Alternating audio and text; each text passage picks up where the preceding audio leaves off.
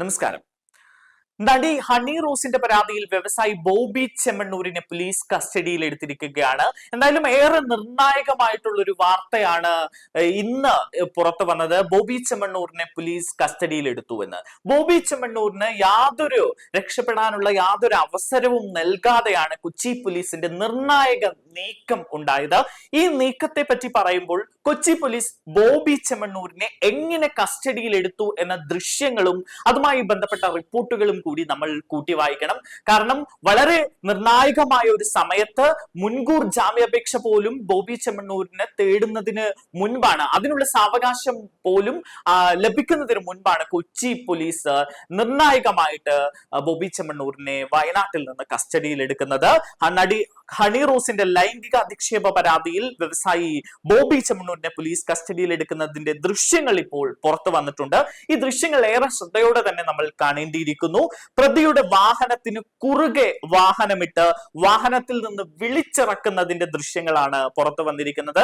കേസിൽ മുൻകൂർ ജാമ്യം നേടാനുള്ള ശ്രമത്തിനിടെ വയനാട്ടിൽ നിന്നുമാണ് ബോബി ചെമ്മണ്ണൂരിനെ ഇന്ന് രാവിലെ കൊച്ചി പോലീസ് അറസ്റ്റ് ചെയ്തത്. വയനാട് റിസോർട്ടിലായിരുന്നു ബോബി ചെമ്മണ്ണൂർ. എന്തായാലും മുൻകൂർ ജാമ്യത്തിന്റെ ശ്രമങ്ങളൊക്കെ പാളിപ്പോകുന്ന കാഴ്ചയാണ് കണ്ടത്.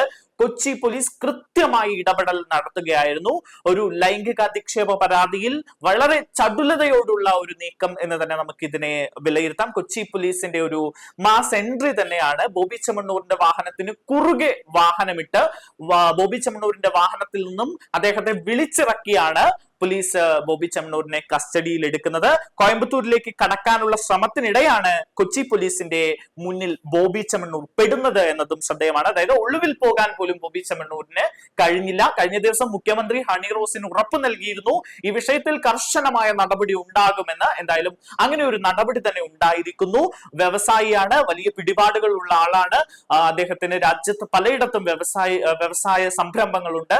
അതിന്റെ മറവിൽ അദ്ദേഹത്തിന് രക്ഷപ്പെടാൻ പല വഴികൾ ഉണ്ടായിരിക്കാം. പക്ഷേ എന്തായാലും കൊച്ചി പോലീസിന്റെ നിർണായകമായ ഇടപെടലാണ് ഇവിടെ ശ്രദ്ധേയമായി പറയാനുള്ളത്. അങ്ങനെ കോയമ്പത്തൂരിലെ ജ്വല്ലറി ഉദ്ഘാടനം ഇന്നാണ് തീരുമാനിച്ചിരുന്നത്. ബോബിയും നടി ഹൻസികയും ചേർന്നാണ് ഉദ്ഘാടനം നടത്താനിരുന്നത്. ബോബി കസ്റ്റഡിയിലായിട്ടും കോയമ്പത്തൂരിൽ ജ്വല്ലറി ഉദ്ഘാടനം നടക്കുകയും ചെയ്തു. സ്വന്തം വാഹനത്തിൽ വരാമെന്ന് പറഞ്ഞുവെങ്കിലും പോലീസ് അത് സമ്മതിച്ചില്ല. കൊച്ചി പോലീസിന്റെ വാഹനത്തിൽ തന്നെയാണ് പ്രതിയെ കൊച്ചി സെൻട്രൽ പോലീസ് സ്റ്റേഷനിലേക്ക് എത്തിക്കുന്നത്.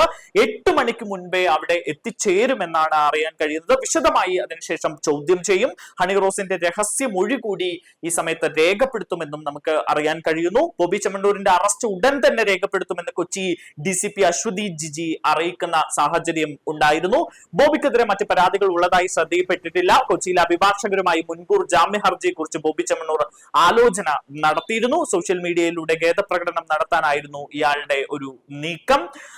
ഈ നീക്കങ്ങളെല്ലാം പൊളിച്ചാണ് കൊച്ചി പോലീസ് ഇപ്പോൾ ബോബി ചെമ്മണ്ണൂരിനെ കസ്റ്റഡിയിൽ എടുത്തിരിക്കുന്നത്. എന്തായാലും ഹണി റോസിന്റെ പരാതിയിൽ ഒടുവിൽ ബോബി ചെമ്മണ്ണൂർ കസ്റ്റഡിയിൽ എടുത്തിരിക്കുന്നു. ഇനി ബോബി ചെമ്മണ്ണൂരുമായി ബന്ധപ്പെട്ട അപ്ഡേഷൻസ് പുറത്തു വരാനിരിക്കുന്നതേ ഉള്ളൂ. 8 മണിയോടുകൂടി അദ്ദേഹത്തെ കൊച്ചിയിൽ എത്തിക്കുമെന്നാണ് അറിയാൻ കഴിയുന്നത്.